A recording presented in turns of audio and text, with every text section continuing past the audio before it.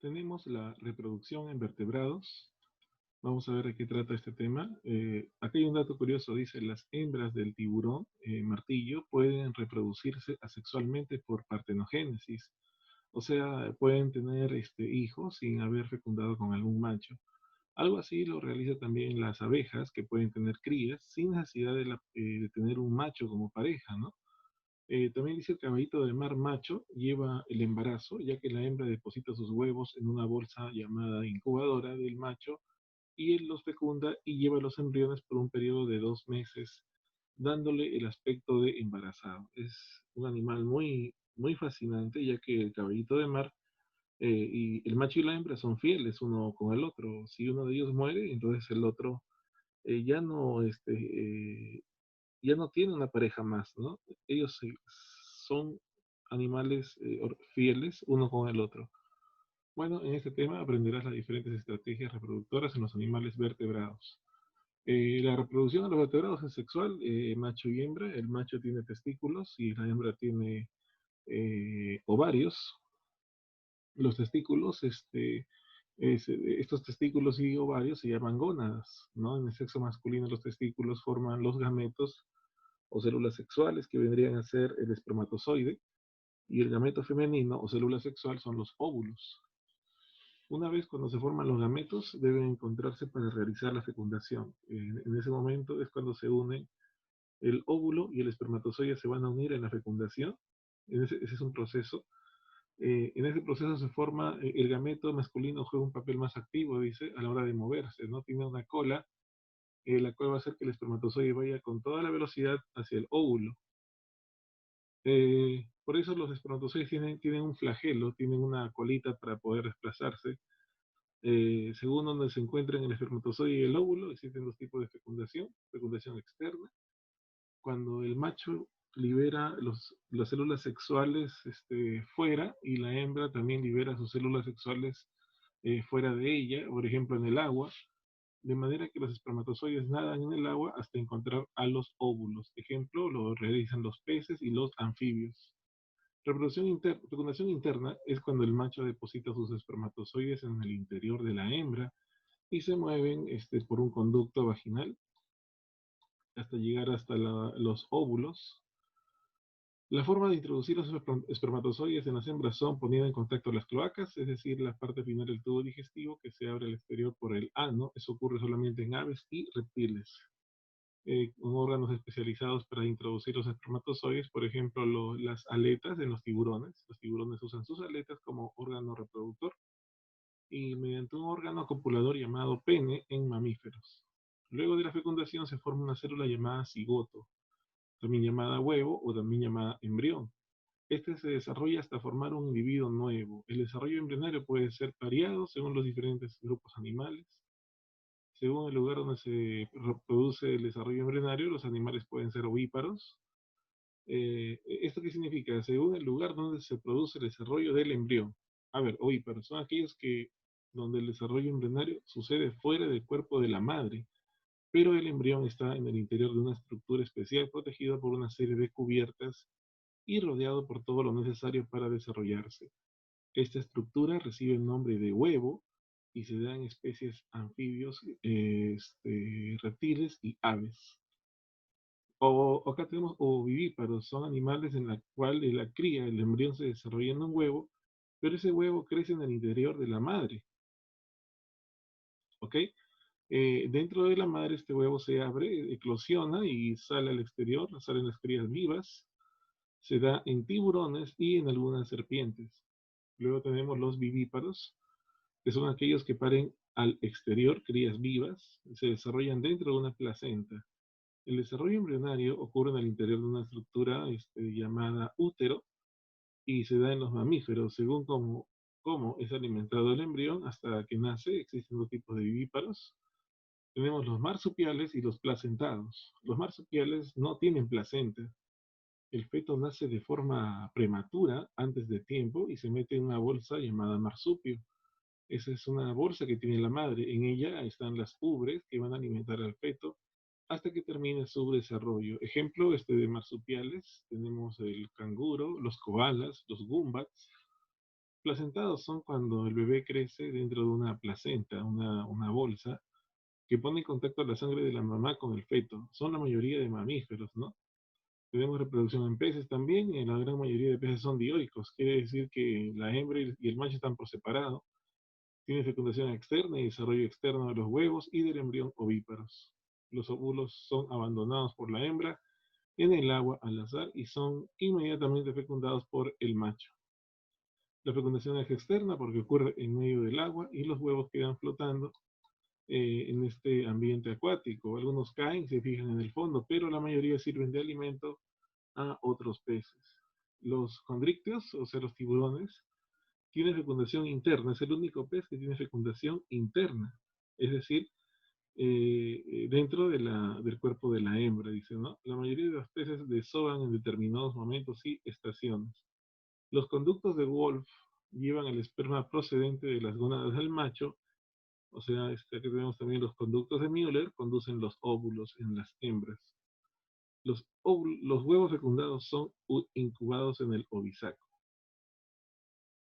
El ciclo de vida de los peces. Acá tenemos un falso abrazo, los anfibios se reproducen también, claro, pero en esta imagen estamos viendo un falso abrazo, también llamado amplexo. Es una falsa penetración. Los anfibios, el macho no penetra a la hembra. El macho bota sus espermatozoides fuera y la hembra también bota sus óvulos fuera. Pero ¿qué ocurre en la imagen? El macho abraza a la hembra para estimular la liberación de óvulos. Entonces los machos dice tienen dos testículos con sus respectivos conductos diferentes que desembocan en los conductos mesofrenéfricos de función urogenital, es decir, actúan como conductos urinarios, transportan orina, y como conductos seminales transportan espermatozoides que desembocan en la cloaca. El órgano de Bieder está presente en anuros machos. Las hembras presentan dos ovarios y dos oviductos largos y contorneados que desembocan en la cloaca. Las paredes internas de los oviductos producen la envoltura gelatinosa de los óvulos. Debido a que los sapos y las ranas son ectotérmicos, se reproducen solo durante las épocas más cálidas del año. En la primavera, los machos croan para llamar a las hembras. Cuando sus huevos están maduros, las hembras entran al agua y son sujetadas por los machos, en un proceso que se denomina amplexo. Eso sería el abrazo que realiza la rana macho a la hembra, estimulando de esa manera que la hembra libere huevos. El macho descarga su fluido seminal, su semen, que contiene espermatozoides sobre los huevos y de esta forma ocurre la fecundación externa. Las crías no se parecen a sus padres, son renacuajos y respiran por branquias. Cambian de forma, es decir, sufren metamorfosis. Pasan de un estado de renacuajo, donde no tienen patas, a la forma adulta, adquiriendo las 4 patas. Bueno, que hay una lectura sobre los reptiles también. Los machos tienen dos testículos, tienen conductos diferentes, tienen un urodeo, el desemboque final de la cloaca. Las serpientes y saurios machos poseen un par de hemipenes, que son estructuras musculares que emergen de las cloacas. Los cocodrilos y quelonios poseen pene constituido por una masa muscular, o sea, no tienen uretra. Ambos tipos de órganos copuladores permiten el paso de espermatozoides. Las hembras tienen dos ovarios y dos oviductos que también desembocan en el urodeo de la cloaca.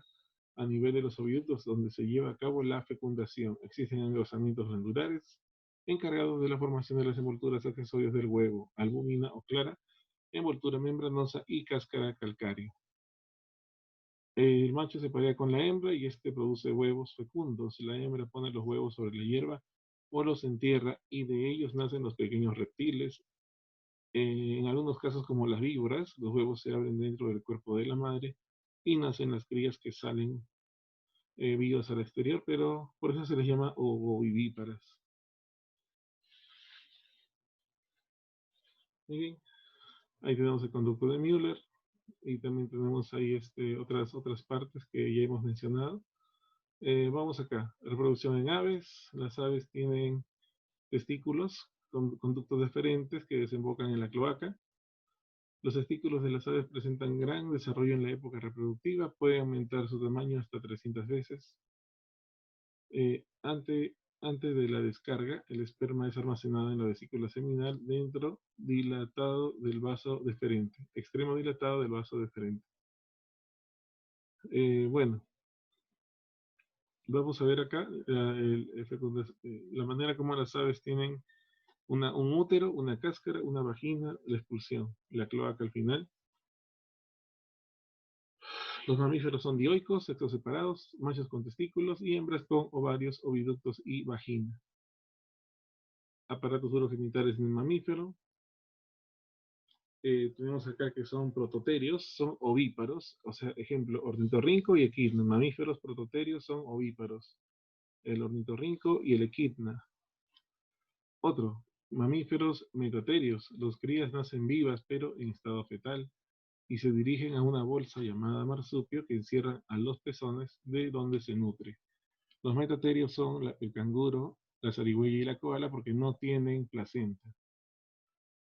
Euterios, acá vamos a ver la presencia de una verdadera bolsa llamada placenta. El embrión madura en el útero. La placenta es un órgano que permite el intercambio de materiales feto-madre, pero no hay mezcla de sangre.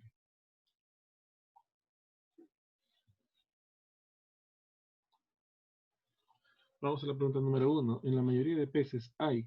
La respuesta sería fecundación externa. Número 2. La aleta permite la fecundación en condrícteos. Estamos hablando de la aleta que le va a permitir a los peces poder realizar la fecundación. Entonces, ¿qué tipo de aleta será?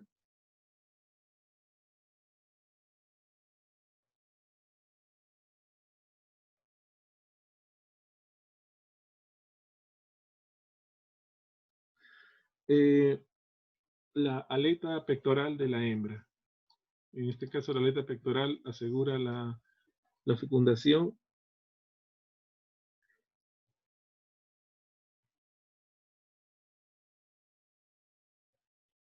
También tenemos la aleta pélvica, ¿no? Entonces esa sería la aleta pélvica en los machos y la pectoral sería en las hembras. Animales con fecundación interna y ovíparos. Fecundación interna serían los mamíferos y ovíparos también, pero vamos a ver esto ya. Animales con fecundación interna y ovíparos. Hablamos en general.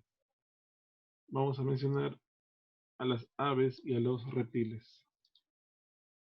Animal con placenta. El ornitorrinco, el canguro, el perro, el equidna y la zarigüeya. La respuesta es el perro. Es un mamífero. Sigamos. La placenta se encuentra presente en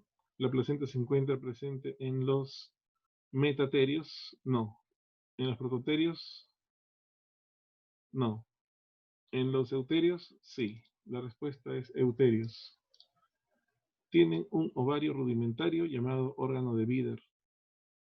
Recordemos la teoría. Acá tenemos el órgano de Bieder.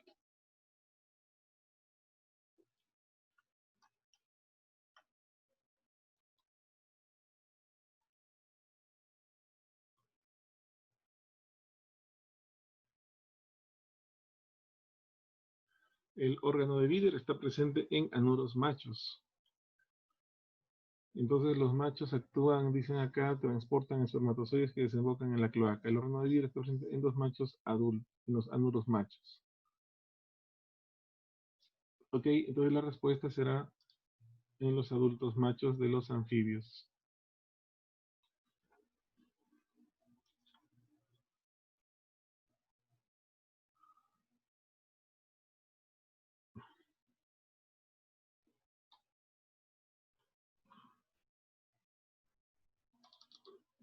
Los sapos. No es un animal dioico. Los mamíferos sí lo son, los cocodrilos también, las aves, los anfibios sí. Los anélidos no lo son. Son hermafroditas. 8. Es el gameto femenino. La respuesta es el óvulo. O sea, es la célula sexual femenina, el óvulo. Número 9. Es la gónada masculina, o sea, el productor de espermatozoides. La respuesta es el testículo. Número 10. Es un animal euterio, o sea que tiene verdadera placenta. Estamos hablando entonces del toro.